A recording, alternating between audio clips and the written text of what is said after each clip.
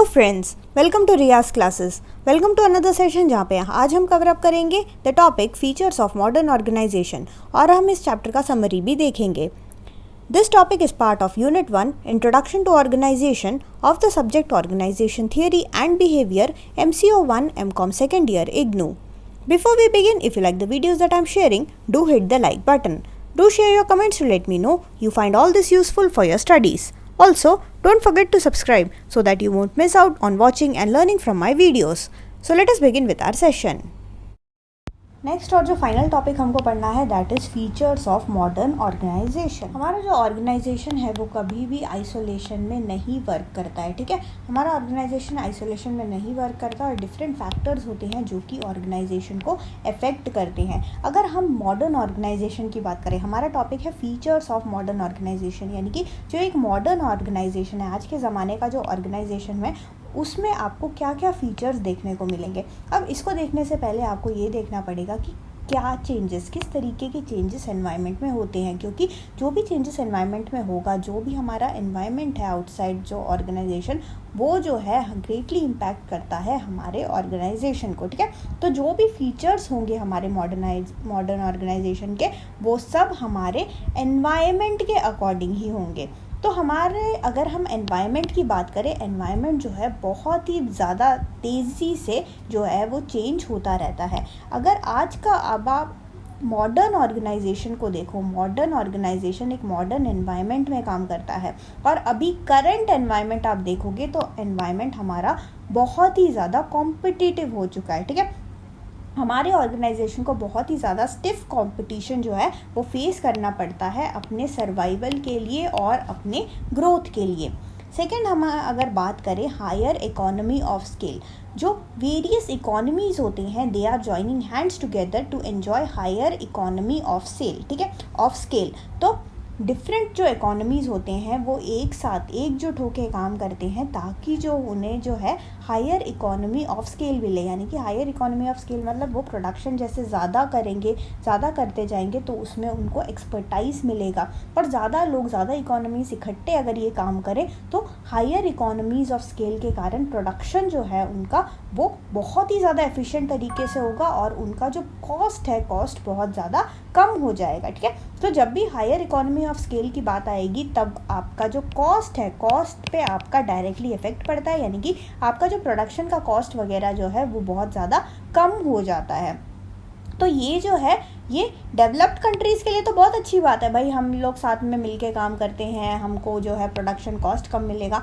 But जो developing countries है उनके लिए ये बहुत ही बड़ा चैलेंज है। जो डेवलपिंग कंट्रीज़ में जो ऑर्गेनाइजेशंस है उनके लिए ये बहुत ज़्यादा बड़ा चैलेंज है।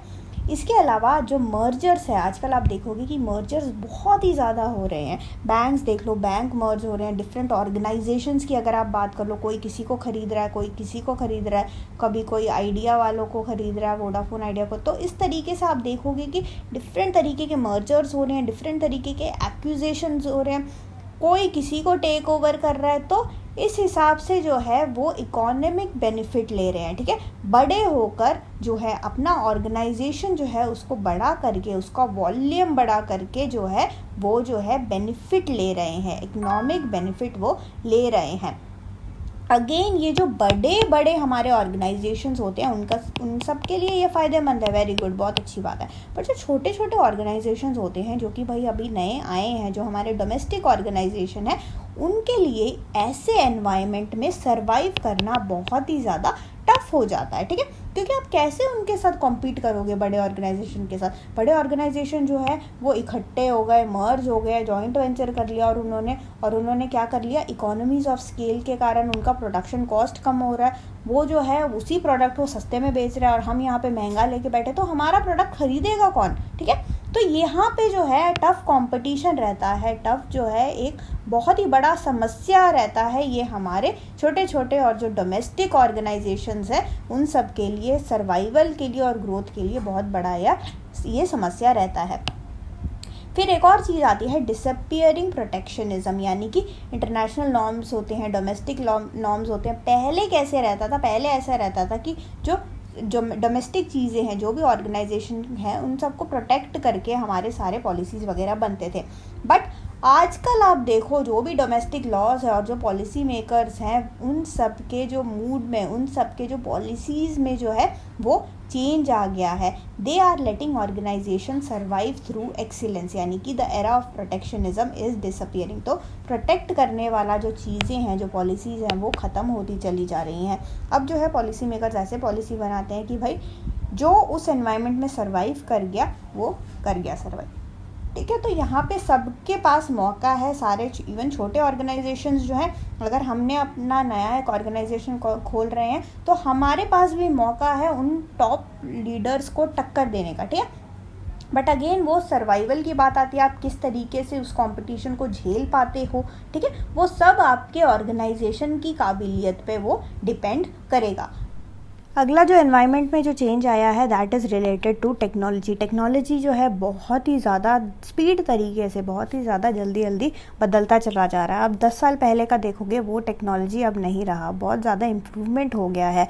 और जो ह्यूमन पहले काम करता था वो सारे काम अब कौन करता है, अब वो काम मशीन करता है, ठीक है। So technology has now become substitute of human power in larger domains of activities. इसके अलावा जो सर्विस सेक्टर है उसका कंट्रीब्यूशन जो है इन नेशनल इकोनॉमी वो भी कंटिन्यूअसली धीरे धीरे आप देखोगे वो बढ़ता चला जा रहा है। अगर हम इंडिया की बात करें, इंडिया एक डेवलपिंग कंट्री है और उसमें भी जो सर्विस सेक्टर का कंट्रीब्यूशन है आप देखोगे बहुत ही ज़्यादा हाई है। फिर अगर अगेन हम यहाँ पे कंप्यूटर की बात कर रहे हैं, कंप्यूटर जो है वो again it is related to technology. हर चीज़ जो है वो कंप्यूटराइज्ड हो गया है। पहले के ज़माने में आप देखो कंप्यूटर्स नहीं थे, हर चीज़ जो है वो मैनुअली लिखा जाता था, फाइल्स, लेजर्स, ये सारे बना बना के ह्यूज फाइल्स जो है वो पड़े रहते थे गवर्नमेंट ऑफिसेज में, ठीक है। बट आजकल अगर आप देखोगे हर चीज़ जो है कंप्यूटराइज्ड हो गया है, ठीक है। हर चीज़ कंप्यूटराइज्ड हो गई, ये सारा टेक्नोलॉजिकल रेवोल्यूशन के कारण ही यहाँ ये सब हो पाया है। इसके बाद आता है प्रोडक्ट इनोवेशन। प्रोडक्ट इनोवेशन यानी कि continuous product innovation and product differentiation are becoming rules of the game in business. Product जो है, प्रोडक्ट का कंटिन्यूस इनोवेशन होता है। फॉर एग्जांपल आपने कोई एक प्रोडक्ट बनाया, कुछ टाइम बाद आपको उसका वेरिएंट निकालना पड़ेगा, डिफरेंट वेराइटीज़ निकालनी पड़ेगी, यानी कि एक ही चीज़ को पकड़ के आपके लिए चलना। अगर वो प्रोडक्ट हिट है तो it's well and good, but ज़रूरी नहीं है कि हर बार हमारा प्रोडक्ट हिट हो, ठीक है। तो उसके लिए आपको डिफरेंट चीज़ें ट्राई करती रहना पड़ेगा, आपको प्रोडक्ट डिफरेंशिएशन करना पड़ेगा, इनोवेशन करते रहना पड़ेगा। तो इस कारण ये सब जो है अगेन ये सब चैलेंज है हमारे ऑर्गेनाइजेशन की। ये कंप्यूटराइजेशन भी हो गया, टेक्नोलॉजी भी हो गया, ये सब जो है जो छोटे ऑर्गेनाइजेशंस होते हैं, जो डोमेस्टिक ऑर्गेनाइजेशन होते हैं, इन सब के लिए ये सारा क्या है, थोड़ा सा चैलेंजिंग रहता है। फिर नेक्स्ट अगर हम प्रोड्यूसर की बात करें, वो भी स्टिफ कंपटीशन जो है वो फेस कर रहे हैं। Producers are facing stiff competition for reaching to their customers through speedy supply chain, ठीक है। जो सप्लाई चेन होता है, हमारा प्रोड्यूसर क्या चाहता है कि वो जल्दी से जल्दी जो है अपने जो कस्टमर है, कस्टमर तक प्रोडक्ट को पहुंचा पाए, ठीक है। उसके लिए ये प्रोड्यूसर खुद चल के जाके नहीं पहुंचाता, उसके लिए हमें क्या चाहिए, हमें एक प्रॉपर सप्लाई चेन चाहिए, ठीक है। तो आपका सप्लाई चेन बहुत ही ज़्यादा स्ट्रॉन्ग होना चाहिए, और सप्लाई चेन भी जो जितना ज़्यादा फास्टर डिलीवरी वगैरह होगा, जितना ज़्यादा रिलायबल होगा, उतना ज़्यादा वो कॉस्टली भी आपको पड़ेगा, ठीक है। तो यहाँ पे भी कंपटीशन जो है सप्लाई चेन मैनेजमेंट में भी, यहाँ पे भी कंपटीशन जो है बहुत ज़्यादा फेस करना पड़ता है हमारे प्रोड्यूसर को। इसके अलावा जो आइडियाज़ वगैरह होते हैं वो जो है जल्दी जल्दी चेंज हो रहा है, ठीक है। मतलब आप एक प्रोडक्ट आज बनाओगे बट 6 महीने बाद जो है वो प्रोडक्ट एकदम इनवैलिड हो जाएगा, क्योंकि नई टेक्नोलॉजी आ जाएगी। ये चीज़ आप उसमें देख सकते हो, जैसे मोबाइल हो गया है ना, मोबाइल में आप देखोगे हर मतलब कुछ टाइम बाद ही, जल्दी जल्दी कुछ महीनों बाद क्या आता है, न्यू फीचर्स आते रहते हैं ना। आप देखोगे कि कैमरा जो है, कैमरा के मेगापिक्सल्स पहले कहाँ आता था, पहले 8 मेगापिक्सल के कैमरे आते थे, है ना। बट अब जो है 108 कहाँ तक पहुंच गया है। और कुछ महीनों बाद आप देखते रहोगे, कुछ महीनों बाद, इवन 6 महीनों में, साल में ही आप 2-3 बार देख सकते हो कि चेंजेस जो है बहुत जल्दी आ रहे हैं, ठीक है। तो अगर आपने एक प्रोडक्ट बना लिया तो ऐसा नहीं है कि आप उसी प्रोडक्ट पर रिलाई करके आप 10 साल जो है आपका काम कट जाएगा। ऐसा कुछ नहीं है, आपको जो है कंटिन्यूस इनोवेशन करते रहना पड़ेगा, क्योंकि हम जो है एक ऐसे एरा में जी रहे हैं जहाँ पे ऑब्सोलेंस जो है वो बहुत जल्दी होता चला जा रहा है। जो टेक्नोलॉजी है बहुत जल्दी जल्दी ऑब्सोलीट होती जा रही है, क्योंकि न्यू टेक्नोलॉजी जो है continuous on a daily basis नए टेक्नोलॉजीज़ जो है वो आते चले जा रहे हैं। एंड हमारा जो पूरा वर्ल्ड है वो एक ग्लोबल विलेज होता चला जा रहा है, यानी कि आप जो है एक ही प्रोडक्ट को, कोई भी एक प्रोडक्ट हो, कहीं भी किसी भी देश से आप उसको ख़रीद सकते हो यहाँ घर बैठे बैठे। और ये ज़रूरी नहीं है कि आपके डोमेस्टिक यहाँ पे आपको वो प्रोडक्ट सस्ता मिले, कभी कभी होता है कि बाहर से भी आपको प्रोडक्ट सस्ता मिल जाता है, ठीक है। तो इस तरीके से जो है ये भी एक चैलेंज है, मतलब कि हमारा डोमेस्टिक जो प्रोड्यूसर है उसका क्वालिटी कभी कभार उतना अच्छा नहीं रहता। हम जो है बाहर जो है इंटरनेशनल जो सेलर्स हैं उनका प्रोडक्ट प्रेफर करते हैं, ठीक है। तो ये सारा किसके लिए चैलेंज है? जो हमारा मॉडर्न ऑर्गेनाइजेशन जो लेके बैठा है उसके लिए बहुत ही ज़्यादा चैलेंज है। जो डोमेस्टिक प्लेयर्स हैं, जो छोटे छोटे ऑर्गेनाइजेशंस हैं, जो आज के ज़माने के ऑर्गेनाइजेशंस हैं, उनके लिए ये सब चीज़ें जो है ये सब क्या है, ये चैलेंजेस हैं, ठीक है। और ये सारे चैलेंजेस जो भी एनवायरनमेंट के ये सारे जो चैलेंजेस हैं जो कि एक ऑर्गेनाइजेशन को अफेक्ट करते हैं, इन्हीं सब चीज़ों से क्या बनता है, हमारे ऑर्गेनाइजेशन, एक मॉडर्न ऑर्गेनाइजेशन जो है धीरे धीरे वो डेवलप होता जाता है, धीरे धीरे उसके फीचर्स जो है बदलते चले जाते हैं एज़ कम्पेयर टू आवर पुराना ऑर्गेनाइजेशन, ठीक है। तो इन सब चैलेंजेस के चलते जो है हमारा मॉडर्न ऑर्गेनाइजेशन है वो भी क्या होता गया, वो इवॉल्व होना पड़ा, ठीक है। उसको वो उसकी मजबूरी है, इवॉल्व होना उसकी मजबूरी है फॉर ग्रोथ के लिए और उसके एग्जिस्टेंस के लिए। उसके एग्जिस्टेंस के लिए जो है मजबूरी है कि एक ऑर्गेनाइजेशन को इवॉल्व होना पड़ेगा। तो जो इवॉल्व हो गए हैं ऐसे ऑर्गेनाइजेशंस के फीचर्स क्या क्या हैं, what are the features of modern organisation? अगर हम मॉडर्न ऑर्गेनाइजेशन के फीचर्स देखें, सबसे फर्स्ट जो फीचर है दैट इज़ स्मॉलर ऑर्गेनाइजेशन। आजकल जो है टेंडेंसी ये बनती जा रही है कि ऑर्गेनाइजेशन जो है it is becoming smaller with respect to the size of man power, यानी कि मैन पावर जो है वो कम होता चला जा रहा है। क्यों? क्योंकि मैन पावर को किसने रिप्लेस कर दिया है? हमने देखा हमारे मैन पावर को टेक्नोलॉजी ने रिप्लेस कर दिया है। तो आजकल के जो ऑर्गेनाइजेशन होते हैं वो मॉडर्न ऑर्गेनाइजेशन का एक फीचर आप ये देखोगे कि वो होते हैं वो स्मॉलर होते हैं with respect to size of man power. Second जो थिंग है दैट इज़ द लेयर्स। जो लेयर्स होते हैं, नंबर ऑफ लेयर्स होते हैं एक ऑर्गेनाइजेशन में, number of layers are reducing, ठीक है। यानी कि पहले टॉलर ऑर्गेनाइजेशन स्ट्रक्चर्स होते थे बट अब जो है फ्लैटर ऑर्गेनाइजेशन स्ट्रक्चर्स आ गए, डिफरेंट तरीके के मॉडर्न स्ट्रक्चर्स आ गए हैं। आप इवन ऑर्गेनाइजेशन में सर्कुलर ऑर्गेनाइजेशन स्ट्रक्चर भी देखोगे, ठीक है। तो ये सब चीज़ें कहाँ आई, इससे आई, ये सब चीज़ें जो हमारे एनवायरनमेंट ने हमको, हमारे एनवायरनमेंट ने जो अफेक्ट किया है हमको, हमारे ऑर्गेनाइजेशन को, उन सब के कारण हमें इवॉल्व होना पड़ा, हमें जो है नए नए तरीके अपनाने पड़े। फिर जो अनदर फीचर है मॉडर्न ऑर्गेनाइजेशन का दैट इज़ टेक्निकल वर्कर्स, यानी कि आज के ज़माने में एक मॉडर्न ऑर्गेनाइजेशन का फीचर यही है कि एवरेज टेक्निकल स्किल जो है वो मॉडर्न टेक्निकल वर्कर्स में होता है। यानी कि मॉडर्न टेक्निकल वर्कर्स जो होते हैं वो उनमें टेक्निकल स्किल्स होता ही होता है। ऐसा नहीं है कि आप ऐसे लोगों को बिठा रहे हो, ऐसे एम्प्लॉयज़ को बिठा रहे हो जिनको कंप्यूटर ऑन ही नहीं करना आता, ठीक है। क्योंकि आजकल का ज़माना पूरा टेक्नोलॉजी है, पूरा कंप्यूटराइज्ड है, कंप्यूटर के बिना आप कुछ भी नहीं कर सकते आज के ज़माने में, ठीक है। तो आपका जो स्टाफ है वो भी टेक्निकली साउंड होगा और मॉडर्न ऑर्गेनाइजेशन का फीचर यही है, आप जिस भी ऑर्गेनाइजेशन में जाओ आपको टेक्निकली साउंड स्टाफ जो है वो आपको वहाँ मिलेगा। फिर अगर हम और फीचर्स की बात करें ऑफ मॉडर्न ऑर्गेनाइजेशन, जो फोकस रहता है, फोकस हमारा रहता है मेनली कस्टमर सेटिस्फैक्शन पे, ठीक है। कस्टमर सेटिस्फैक्शन, कस्टमर को यहाँ पे किंग माना जाता है और कस्टमर सेटिस्फैक्शन के लिए सारा काम किया जाता है। और जो भी शेयर होल्डर्स हैं उनको भी वैल्यू देना पड़ेगा आपको, ठीक है। शेयर होल्डर वैल्यू को एनहांस करने के लिए आपको सारा काम यहाँ पे करना पड़ेगा। तो आपका बिजनेस का फोकस मेनली होगा कि कस्टमर सेटिस्फैक्शन और एनहांसिंग शेयर होल्डर वैल्यू। इसके अलावा क्वालिटी ओरिएंटेशन भी आपका रहता है, ठीक है। क्वालिटी आपका जो है वो बहुत ही अच्छा होना चाहिए ऑफ योर प्रोडक्ट। एम्पावरमेंट की अगर हम बात करें देखेंगे तो हमने लेवल्स ऑफ मैनेजमेंट पढ़ा था ना, टॉप लेवल होता है, मिड लेवल होता है और आपका सबसे नीचे वाला लेवल होता है।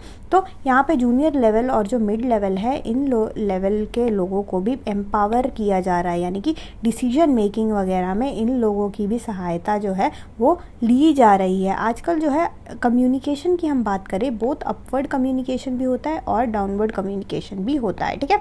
तो इन सब की मदद से क्या हो रहा है, इन सब के कारण हमारे जो बीच लेवल के हैं और जो बॉटम लेवल के हैं, इन सबको भी मौका मिल रहा है अपने सजेशंस वगैरह रखने का, ठीक है।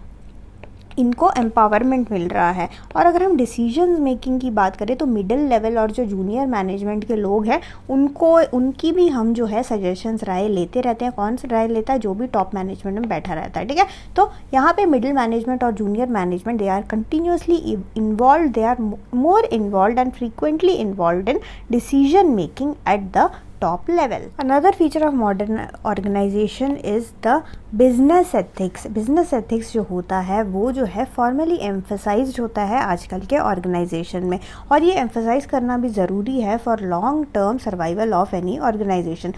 इसके अलावा जो cross cultural issues है वो भी आपको आजकल के organization में ज़्यादा देखने को मिलेगा, क्योंकि आजकल के organization में आपको ये ऐसा नहीं रहा कि एक स्टेट का बंदा एक स्टेट में काम करेगा, ऐसा कुछ नहीं है। कहीं का भी लोग कहीं पे भी काम कर सकता है, जिसके कारण मल्टीनेशनल ऑर्गेनाइजेशन में बहुत सारे कल्चर के लोग आ गए हैं, जिसके कारण जो है कभी कभार क्रॉस कल्चरल इश्यूज भी रहता है, ठीक है। तो क्रॉस कल्चरल इश्यूज जो है ये भी आपको मॉडर्न ऑर्गेनाइजेशन में देखने को मिलेगा। एंड फाइनली आउटसोर्सिंग यानी कि अब जो है हम सब कुछ नहीं करते, हम जो है बाहर से अपना काम करवाते हैं। कुछ एक्टिविटीज़ हो गया, प्रोडक्शन का कुछ एक्टिविटी हो गया, जो भी है फ्यू एक्टिविटीज़ को हम क्या कर देते हैं, हम आउटसोर्स करा देते हैं, क्योंकि वो हमको ज़्यादा चीप पड़ता है, ठीक है। वो हमारे लिए ज़्यादा कॉस्ट इफ़ेक्टिव है। तो उसके लिए हम क्या करते हैं, क्योंकि वो ज़्यादा हमें चीप पड़ता है, कॉस्ट इफ़ेक्टिव हमें ज़्यादा रहता है, तो हम क्या करवाते हैं बाहर से उसी सेम काम को, ऐसे काम जो कि रिपीटेटिव नेचर के हैं, जो कि रिपीट होते रहते हैं, ठीक है। रिपीटेटिव नेचर वाले जॉब्स को हम क्या करते हैं, ऐसे एक्टिविटीज़ को हम बाहर से करवाते हैं, बाहर से हम आउटसोर्स करवाते हैं। तो ये सारे फंक्शंस हो गए एक मॉडर्न ऑर्गेनाइजेशन के। और ये सारे जो फंक्शंस हैं ये क्यों हुए, क्यों हमको करना पड़ा, क्योंकि हमें ज़बरदस्ती का इवॉल्व होना पड़ा। इवॉल्व हुए बिना हमारे पास और कोई तरीका नहीं है। अगर हम ये सब नहीं करेंगे तो क्या होगा, हमारा ऑर्गेनाइजेशन जो है वो सर्वाइव बिल्कुल भी नहीं कर पाएगा। तो यहाँ पे हमारा ये जो चैप्टर है यूनिट 1 इंट्रोडक्शन टू ऑर्गेनाइजेशन ये ख़त्म हो गया है। हमने काफ़ी सारी चीज़ें यहाँ पे पढ़े। हमने एक इंट्रोडक्शन देखा टू ऑर्गेनाइजेशन, ऑर्गेनाइजेशन होता क्या है ये हमने देखा है ना। ऑर्गेनाइजेशन का जो बेसिक्स है, बेसिक्स से हमने स्टार्ट किया है इस चैप्टर को। ऑर्गेनाइजेशन का बेसिक देखा, मीनिंग क्या होता है, जो मैनेजमेंट रहता है हमारा एक ऑर्गेनाइजेशन में उसके बेसिक्स क्या क्या है, उसका मीनिंग क्या क्या है, लेवल्स, ऑर्गेनाइजेशन में कितने तरीके के लेवल्स होते हैं वो हमने देखे। बेसिक प्रिंसिपल्स ऑफ मैनेजमेंट जो कि हमें किसने दिया था, हेनरी फेयोल ने, ठीक है। हेनरी फेयोल ने हमें कितने दिए थे, 14 प्रिंसिपल्स दिए थे, ठीक है। 14 प्रिंसिपल्स हमें दिए थे हेनरी फेयोल ने, और हमने ये 14 के 14 प्रिंसिपल्स देखे। इसके अलावा कुछ और भी प्रिंसिपल्स थे, वो भी मैंने आपको पढ़ाया। Then we studied about the managers, ठीक है। ये सारा काम जो है सबको चलाने वाला एक मैनेजर होता है, और मैनेजर जो है उसके फंक्शंस क्या क्या है, क्या क्या काम उसको करना पड़ता है, रोल्स जो है, डिफरेंट तरीके के रोल्स जो है हमारा मैनेजर प्ले करता है, वो कौन कौन से रोल्स है हमने देख लिए, ठीक है। फिर हमने देखा organisation as a process of management, ठीक है। ऑर्गेनाइजेशन में डिफरेंट तरीके के फंक्शंस होते हैं, planning, organising, staffing, directing and controlling, ये सारा हमने देखा। And types of organisation, types of organisation में हमने देखे कि डिफरेंट तरीके के ऑर्गेनाइजेशन हो सकते हैं ना, फॉर्मल हो सकता है, इनफॉर्मल हो सकता है। फिर हमारा जो एम्प्लॉय है वो कितना इन्वॉल्व है हमारे ऑर्गेनाइजेशन के प्रति, उस हिसाब से भी हम कैटेगराइज कर सकते हैं। एंड फाइनली उस ऑर्गेनाइजेशन की स्थापना किस पर्पस से हुई, उस बेसिस पे भी हम जो है वी कैन डिवाइड इट, ठीक है। तो हम कैटेगराइज कर सकते हैं type of organisation various basis पे। एंड फाइनली हमने पढ़ा फीचर्स हमने देखे, किसके फीचर्स देखे, फीचर्स ऑफ मॉडर्न ऑर्गेनाइजेशन। एक मॉडर्न ऑर्गेनाइजेशन जो है वो मॉडर्न तरीके से काम करता है। मॉडर्न तरीके से क्यों काम करता है, क्योंकि अगर उसने पुराना तरीका अपनाया तो वो ऑर्गेनाइजेशन वो जो है इस एनवायरनमेंट में सर्वाइव बिल्कुल भी नहीं कर पाएगा। 2 दिन में उसके ऑर्गेनाइजेशन के बाहर ताला लग जाएगा, क्योंकि उसका प्रोडक्ट जो है एकदम ऑब्सोलीट हो चुका होगा, उसका प्रोडक्ट कोई भी नहीं खरीदेगा एंड उसके दुकान में ताला लग जाएगा। तो यहाँ पे जो है हमारे ऑर्गेनाइजेशन को ज़बरदस्ती का इवॉल्व होना पड़ा, जिसके कारण जो मॉडर्न ऑर्गेनाइजेशन, आजकल के ऑर्गेनाइजेशंस आप देखोगे उनमें आपको डिफरेंट तरीके के फीचर्स देखने को मिलेंगे और सारे फीचर्स हमने डिस्कस कर लिए हैं। ठीक है, सो इसी के साथ आपका जो है यूनिट 1 जो है ये यहाँ पे ख़त्म होता है। So thank you so much for watching, like share and subscribe to Riyaz classes. Thank you and bye bye.